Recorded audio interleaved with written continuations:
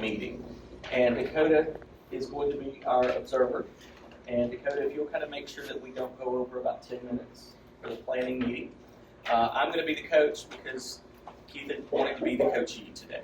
So And I've been the coachee every time, and I'm improving with it every single time. after the first, I did the first two, Yes, right? right. So just to give you a little bit of background, this is a protocol that I found that I really liked, and we decided to incorporate it into this design. And so I demonstrated it in our first two, I think, sessions. And first time I did it didn't go as well as I wanted it to do. So I told Keith, I'm like, let me do it again, and you coach me, and she did. And then Keitha wanted to do it after that. And I keep asking, but she's gotten better on it every time, and so she keeps wanting to do it and improve it. So this is the planning conversation. And y'all, this is genuine. This is not pre-planned. We have literally just grown it at each session, okay? It came out of a genuine setting. And I will say, just kind of being meta before we get into this, I think this has also really helped us in terms of working together in other ways. We're a lot more open with ideas and sometimes countering each other's ideas and more comfortable pushing back on things and knowing how to do that without ruffling any feathers too often. All right, so Keitha, how are you feeling today? I'm good. I'm a little sleepy, but I'm good. That lunch kind of pushed me. So you've looked over the learning packet. We've gone through all the background. You've got your checklist. Just kind of tell me how you're feeling about getting ready to do this protocol with this group at this time. I like the setup of this room better than we've had before. So that was the first thing I did when I came in, was think, how can I set all of the learners up so that I hope to get better engagement on questioning than we had last time. So I feel good about the setting. I've already kind of been noticing who my speakers are in this group. So I've kind of noticed that, and I feel good that most everyone feels pretty comfortable speaking out. So you said you hope to get better engagement. Tell me, for you, what does that look like?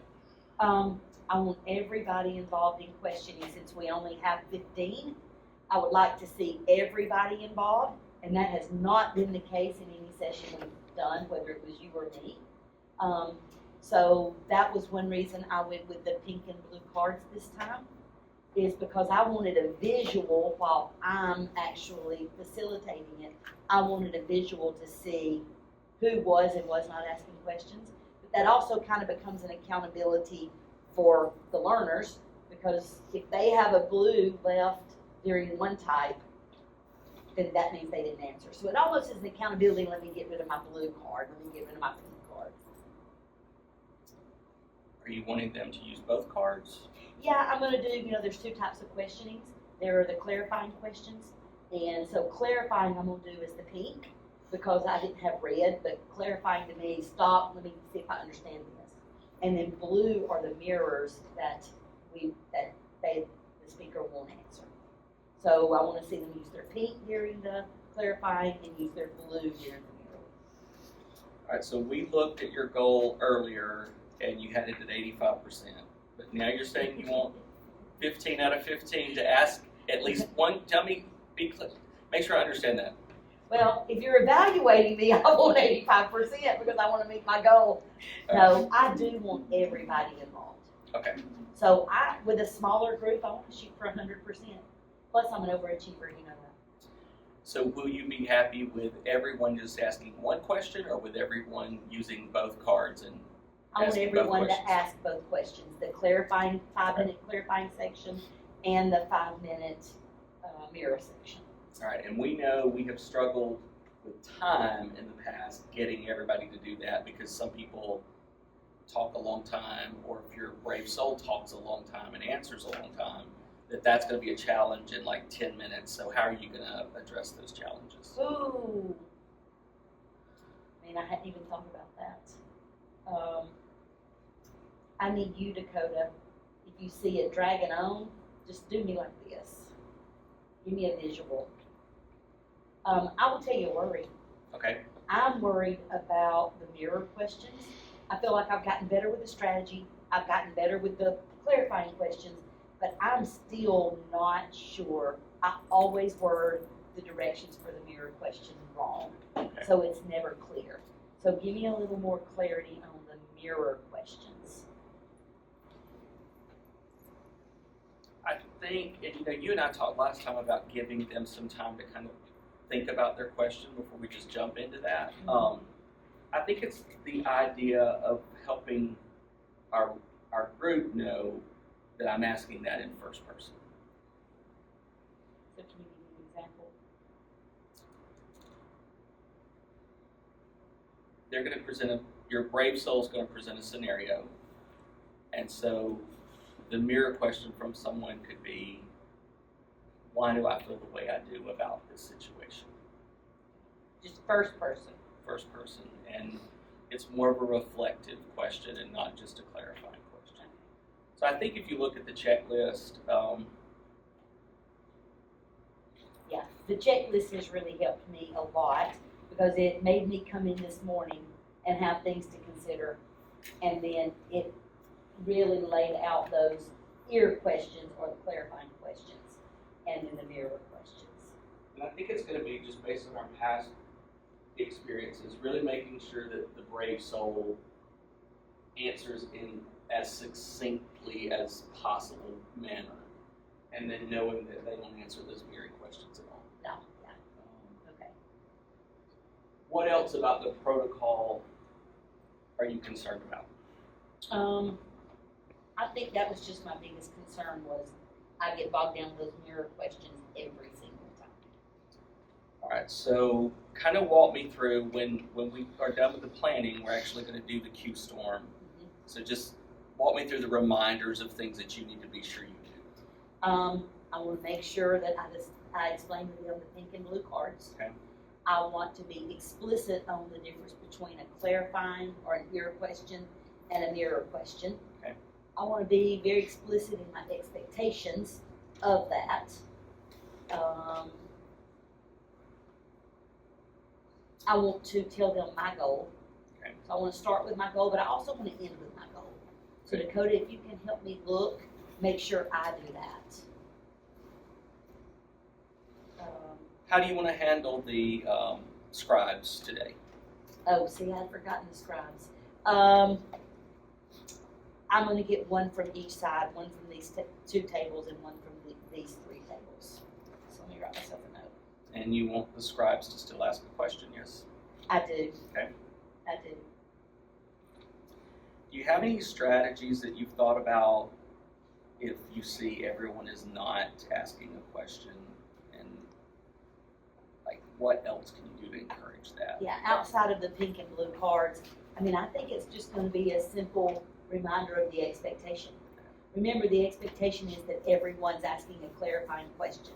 Now, where we're going to get bogged down, and I've seen I'm getting bogged down before, is so many times the first 4 or 5 people ask a great clarifying question that other people had in their mind to ask, and then they can't come up with another question. But it would be okay for them to kind of piggyback off that question. Okay, so piggyback, So I can maybe- use that in my maybe- expectations. Maybe that would help. Okay. We got 2 more minutes left in the planning All right. conversation. I know in previous times we wanted to know how many clarifying questions, how many reflective or mirror questions. We looked at signs of disengagement, like phone usage or people walking out of the room, things like that. And then just to clarify, you want 100% engagement, 100% of the people in the room need to ask both questions, just to make sure I'm measuring the You're difference. measuring that correctly. My goal is 100% in a group of 15. Okay. And yes, if you will still track that disengagement, and that being the cell phone usage, we've had kind of a difference of opinion in if they're leaning over saying, oh my gosh, that was my question, is that I would consider that engagement. Right. So is it a sidebar conversation or is it about what we're doing? Any other data? Tracking the questions. I think that's it. Anything else I can do as an observer to help? Stoney, is there anything you want him to look for coaching?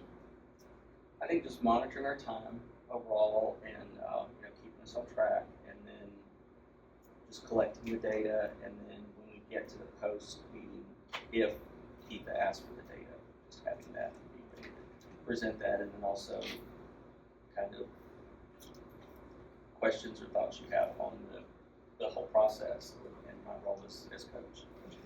Keitha, anything else you're concerned about or questions about, or do you need clarified? I think I'm good with that. All right. So you want me mostly looking for your goal and how you do the protocol to give you feedback on the protocol. When we finish and we go to the descriptive feedback, give me feedback on the protocol. I don't mind suggestions. I know a lot of people that you coach are like, just tell me all the good things. I really am here for descriptive feedback, so I'm good with constructive criticism. So just know that we're a partnership. Okay. Y'all good? Good. All right. And sing. Hey, it's like brainstorming, it's just with questions. So the object is we're practicing questioning to get some help here with a scenario. And the first set of questions are the clear questions that I call the clarifying questions. So he's going to tell you his scenario. You're going to start asking clarifying questions that he in turn gets to answer. He will answer the clarifying questions. So everybody take your pink card, because that's going to be your accountability and my accountability. So whenever you ask a clarifying question, you can put your pink card in the basket. That means, you're off the loop for asking a question, but don't disengage, because I've got Dakota watching disengagement too. So stay engaged, but that just shows you were engaged in asking questions. Then we will move to the mirror questions. And think about a mirror, it's you. The mirror doesn't talk back. So in a mirror question, you're going to be thinking about the scenario Scott put out. No, it's Goodwin. Goodwin put out. And beginning to go, well, I wonder how I would have. So it's a reflection in your brain. So it's not, have you thought about blah, blah, blah, because now we're moving into advice giving. We're trying to not have advice giving. We're trying to just help him think through, but as if it were our situation. Does that make sense? So not advice giving questions, but just mirror questions. And in first person. So try to ask those in first person. Once you've asked a mirror question, you'll just drop your blue card into the basket. Somebody said, why did you choose blue? I think of ice as being like a reflection, a mirror, and ice sometimes can be blue or clear. That's how I'm keeping those two things apart, okay? I do need a scribe, and the scribe is just going to be somebody that documents for Goodwin the questions. Because he's given us a true scenario, we're really trying to help him. So who right here can take a sticky note or a sheet of paper and kind of quickly document questions that's being asked that are reflected? And then I'll need somebody over here. Okay, thank you for being the scribe. Anybody here? Thank you for being the scribe. Now remember, scribe, I still want you to ask a question as well. Okay, so you've got double the role, 2 roles. What questions do you have about this process? Because it's new. Give an example of your question. Yes. So Stoney had to give me, I've struggled with this one as well. So he actually put this one up there. So whatever scenario Goodwin gives us, it might be, well, I wonder why I feel this way about that student. So it's just in first person. Or I wonder what I would do in my next step if that occurred in my classroom. Does that help a little bit? Okay. I wonder what would happen if I tried this. Those Yes. kinds of questions. Mhm. And we do them, and I'm butting in. but That's good. We do them in the mirror in the first person so that it's not kind of directed toward the coachee, like, well, have you tried this? Kind of. Yeah. So that it doesn't turn into advice. Other questions? All right, so Goodwin, go ahead and give just a couple of minutes of your scenario. Okay, so I'm actually in the middle of a coaching cycle per se right now. And so it started last year. We have this one teacher who just so happens that wants, 3 or 4 students of the same type of, he struggles with classroom management and rambunctious middle school students. And so kids will get into his class and they've never had issues in the past with behavior, but then we'll start seeing, I mean, it's almost daily write-ups sitting in our class, calling for an administrator. And so last year, you know, we couldn't solve it. It was towards the end of the year, so we ended up just kind of moving those students. Well, it was probably at the beginning of the spring semester, moved those to a different teacher, and we never heard of an issue like ever again. But then we started having it this year. I was like, we're not moving the kids out of class. We're going to get this fixed. I really, because yes, it's easier to just move them and not worry about it, but that's not helping him. That's not helping the school culture. I don't want that to be the precedent. So started a coaching cycle with him, and we didn't really talk about a conflict stage, but if conflict comes up in a coaching cycle. The teacher is a second career, he's ex-military, he thinks silence is engagement and compliance is learning, and so sometimes middle school students, they're rambunctious. Sometimes you have to manage their behavior because you can't manage them, you can't teach them. And I started going into his class, and well, at first I started disciplining the students because we have a protocol to get rid of this many times. It comes to the administrator, so I was following that process. But then the parents are like, "What in the world is going on?" I'm not saying my child's perfect, but we've never had issues like this. I was like, I will get to the bottom. So I started being in his classroom probably 2 or 3 times a week, taking notes. But you know, it's the Hawthorne effect when I come in. Kids change their behavior because they're being watched by Mr. Scott. I'm not getting good feedback. So I asked another teacher, one of our talented teachers when it comes to classroom management, to go in there and to take some notes for me. And so right now, we've been meeting for about 2 or 3 months, and he's struggling with the concept of it's not me. If the kids will just come in here and be quiet, we won't have any issues. And so we've noticed a lot of, you know, kids will get on, this group of students will get on the defensive very quickly when he uses terms like, why are you doing that? What are you doing? Stop doing that. We try ignoring the behavior, he can't ignore it. He really tries to jump in and address that student's entire class, among other typical things that not every middle school student will respond well to. And even, we have a couple students with 504s now because of his class, and wanting to refer for special education because the parents think, I mean, I don't know, we're really at an impasse between me and this teacher. And I'm trying to handle it diplomatically. I really liked the part about, you know, approaching it with trying to expose his assets, you know, not his liabilities. Because I do go in there talking about, hey, these few things are things that we need to fix, and you or I won't have any more problems. And so I've made that mistake, and so that's one of my big takeaways from this session.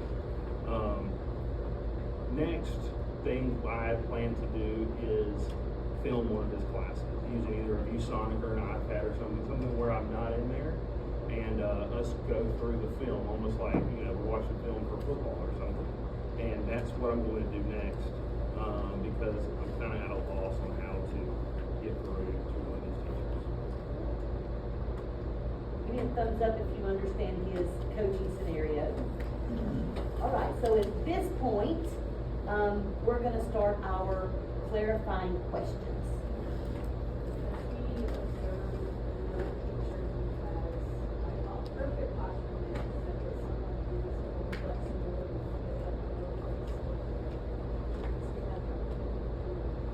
I've scheduled one of them. He's on one.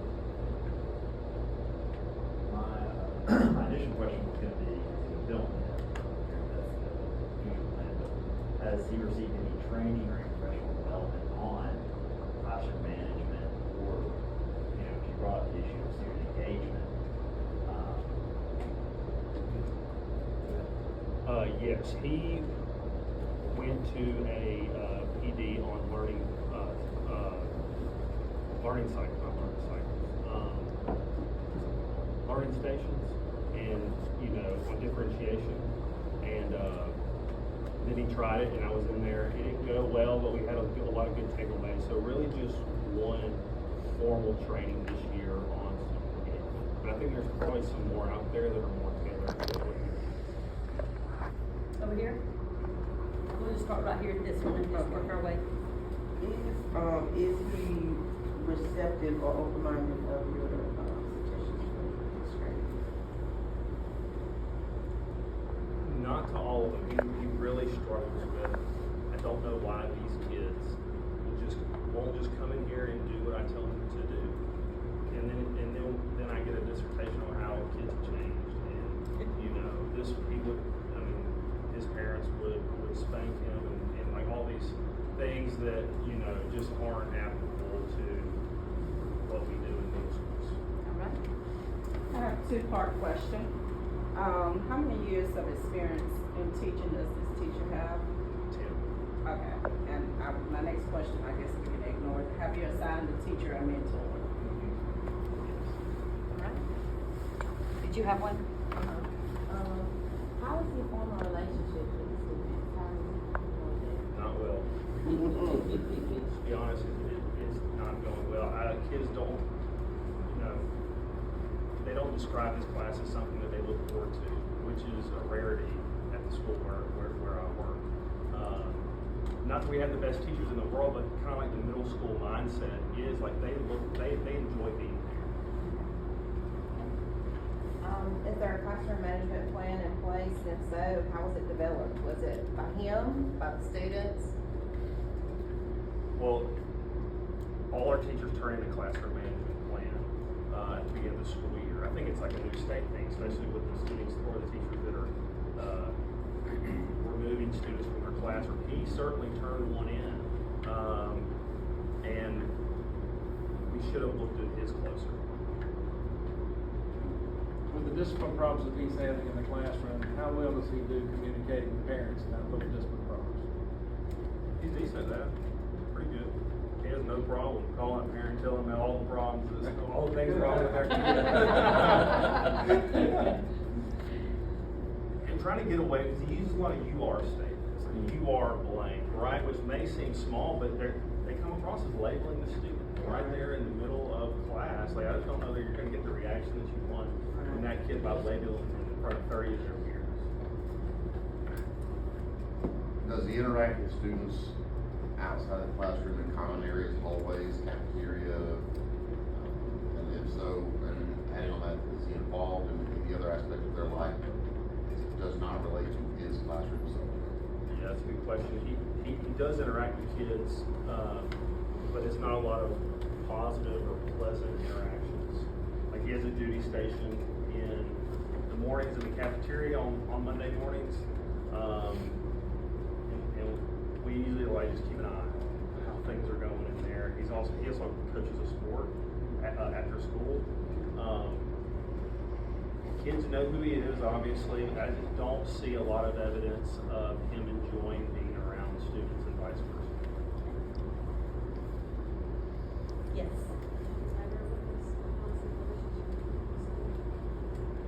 Repeat that question, Lovely. That's a good question. Compliant, silent, high achieving students, yes.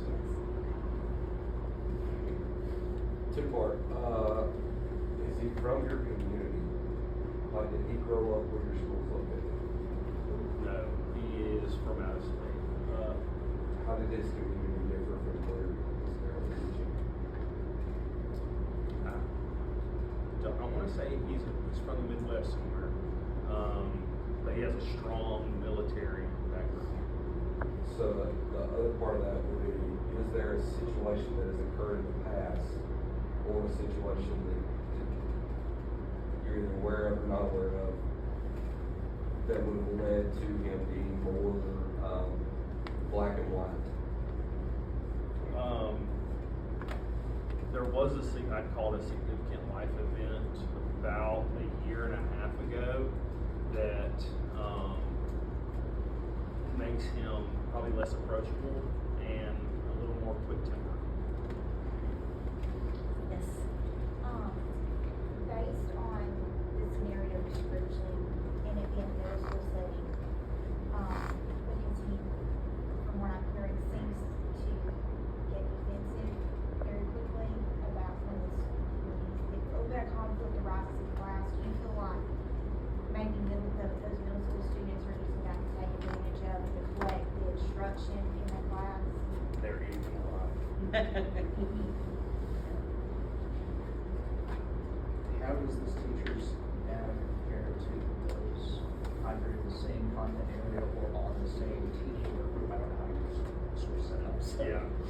So as far as like ACAP scores, like student achievement, standardized test score wise, it's slightly lower from, you know, when he gets the students to when they take the ACAP at the end of his school year.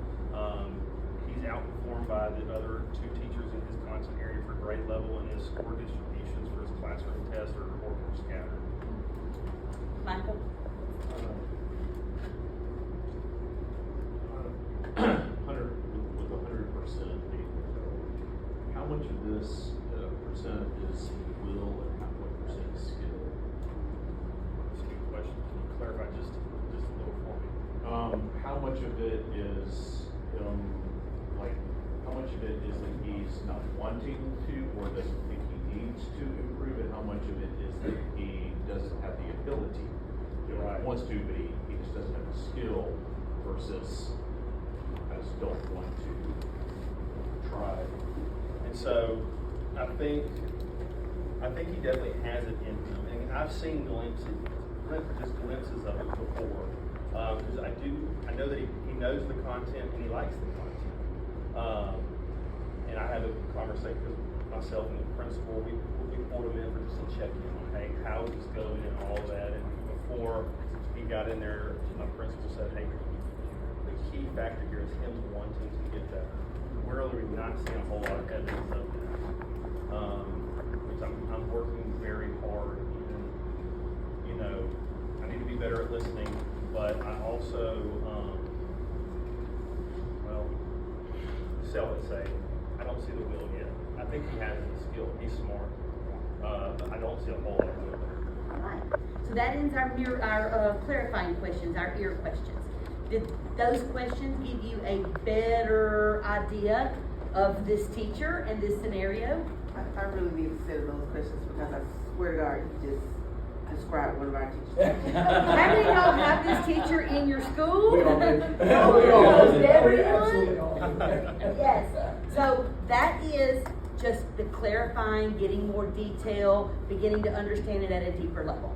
So now we're going to move into the mirror questions, which remember are first person, as if this were in your school. What would I do if? What would I? And so beginning to think about these mirroring questions. So we'll have 5 minutes for this as well. So begin those brain juices flowing. And we have one automatically. Melissa. I wonder if I could take his military experience and integrate that into his classroom management plan with a positive behavior where students earn rewards like points or promotions. I wonder if I get out of my own way as an administrator to support the scenario, you know, in a way that is productive and professional. Because I would struggle if I do. And what do you mean by get out of my way? Well, I tend to keep peace. Right. So I may avoid the conversation, or I may avoid taking it to really where it needs to go. Yes. I wonder if there are more ways to involve in the student life and culture and build to help them assist or to build relationships with the students. Yes. I wonder if having, you talked about the two kids, like, you know, who's having trouble last year with these few little kids. I wonder if having a conversation with those kids too about how to approach the teacher, if that might not change the interactions between the two, because when they get in the real world, you know, they're gonna have different types of people to deal with. And so they also have to have strategies to kind of cope, not, you know, throwing the teacher under the bus or any kind of conversation like that. But if you have a few targeted kids that have the most trouble, having that conversation with them So let's word that as a mirror question Okay. in first person. Okay. I wonder if, Having student conversations. I wonder if I wonder if I had student conversations with particular students could help, the situation with classroom management. let's just remember staying in first person. How can I use the ear questions to help develop and improve a classroom management plan for this? Because I think there is a direct correlation with his personality and the way he's handling those students. How could I, as an instructional coach, if I were in the setting with the situation, model different instructional practices that might shift the role of where it's predominantly teacher-led to more teacher or student-focused, to where you're still using the or I would still be using the curriculum, but the student's choice guides the instruction.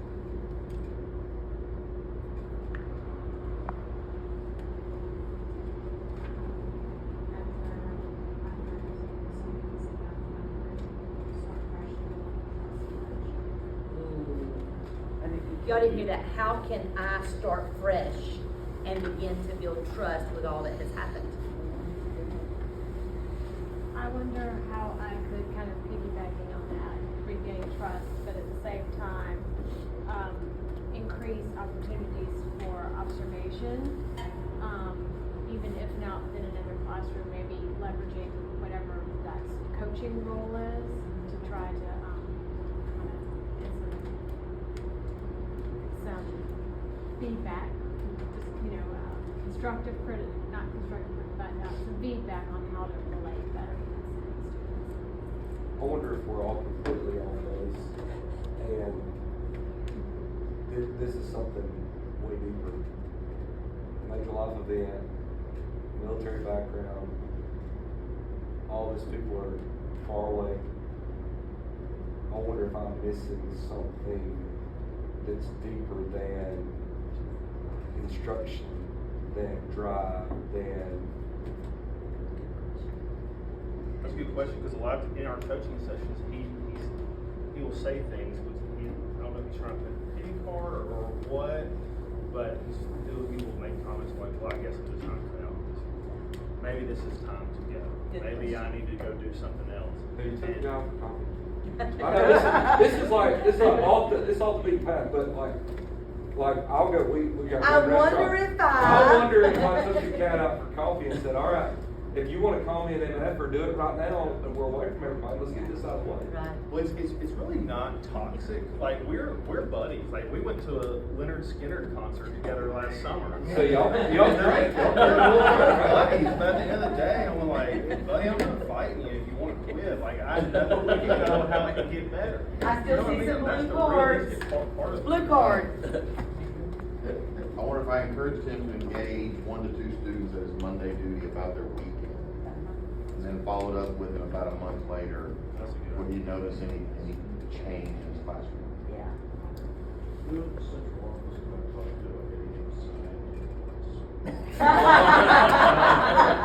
I'm just kidding. I'm just kidding. How can I parlay his strengths in a way to build the kind of trust that will make him more receptive to growth? Say that again.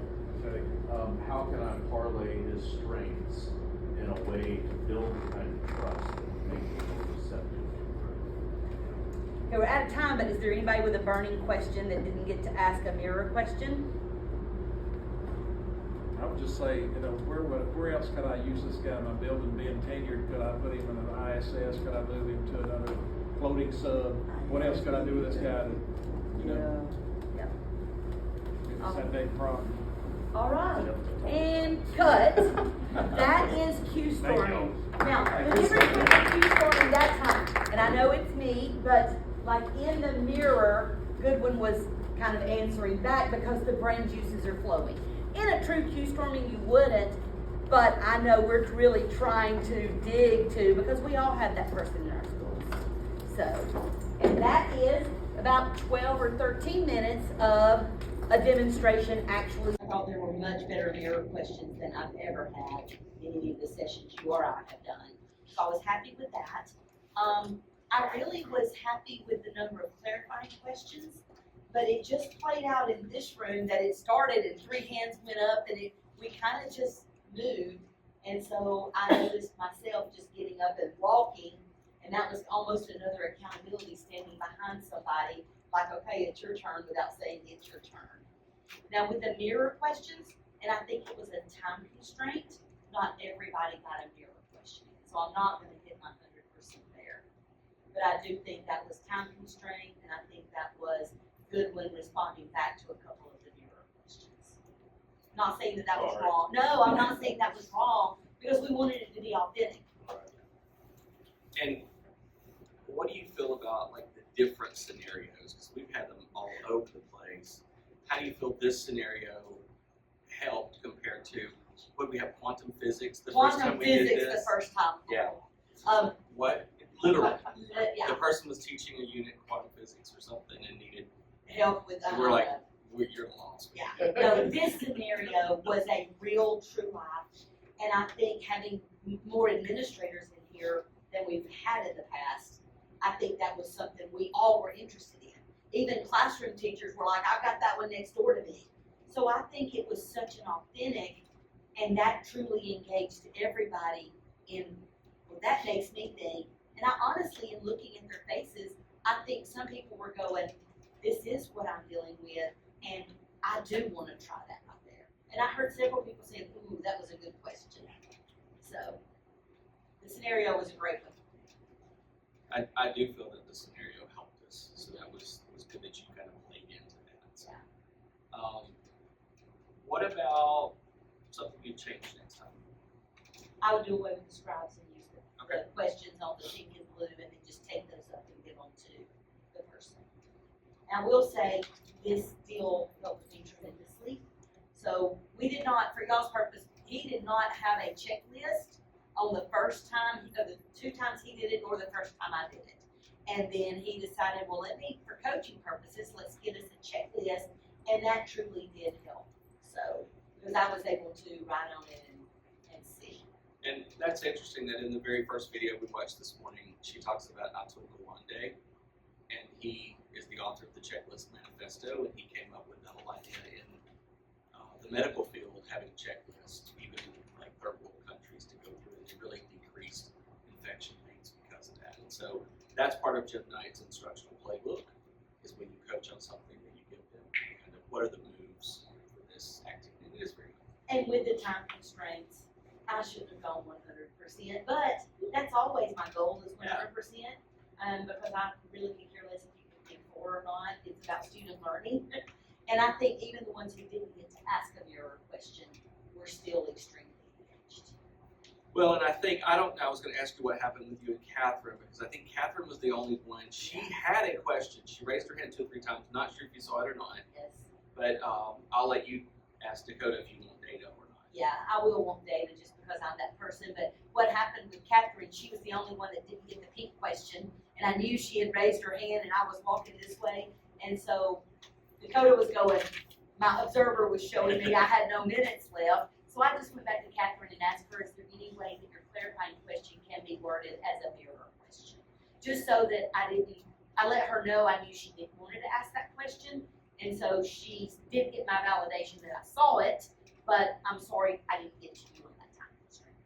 I think you had 100% on the first question in Catherine. So that may be a given. So I know that outside of Catherine, I saw that one. Yeah, so for context, our colleagues at Pay Plus College Ready wanted a video of this protocol. So I enlisted Catherine to help, so I counted her out. Okay, good. There you go. She's working right now. And then we also had Goodwin as a participant, so really it was just 13. Yes. And so of those 13, 100% asked at least 1 question. Okay. So you got 100% engagement with 1 question. That was it. Your goal was for 2 questions, you got 71% at 2 questions. That gives you 85% total, which was a goal from the previous time. So very good. Very good.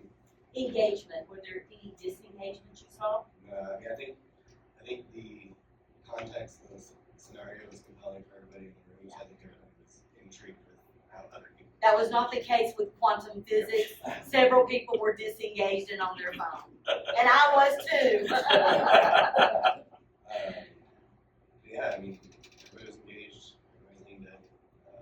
And it did, I think the cards did lend itself to less popcorn and more sequence around the room, because people, you would walk around the room and the cards kind of followed you as you went along. Yeah. So, So that's what I was gonna ask you as the observer.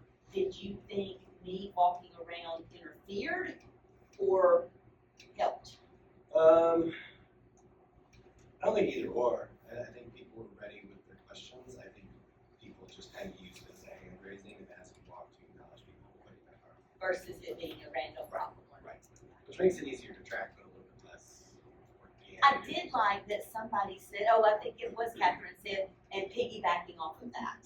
And that's one thing that I want to focus on is, and I didn't say that, you said it at one point, they can be piggyback questions. I think I need to clarify that a little bit more, that sometimes it may not be something you're coming up with new. It may be, you just prompted me, and so I could use the term piggyback. And I think for all of us, maybe for our person sharing, and you did a great job, I think either giving ourselves more time or being more succinct in responses and kind of setting all that up.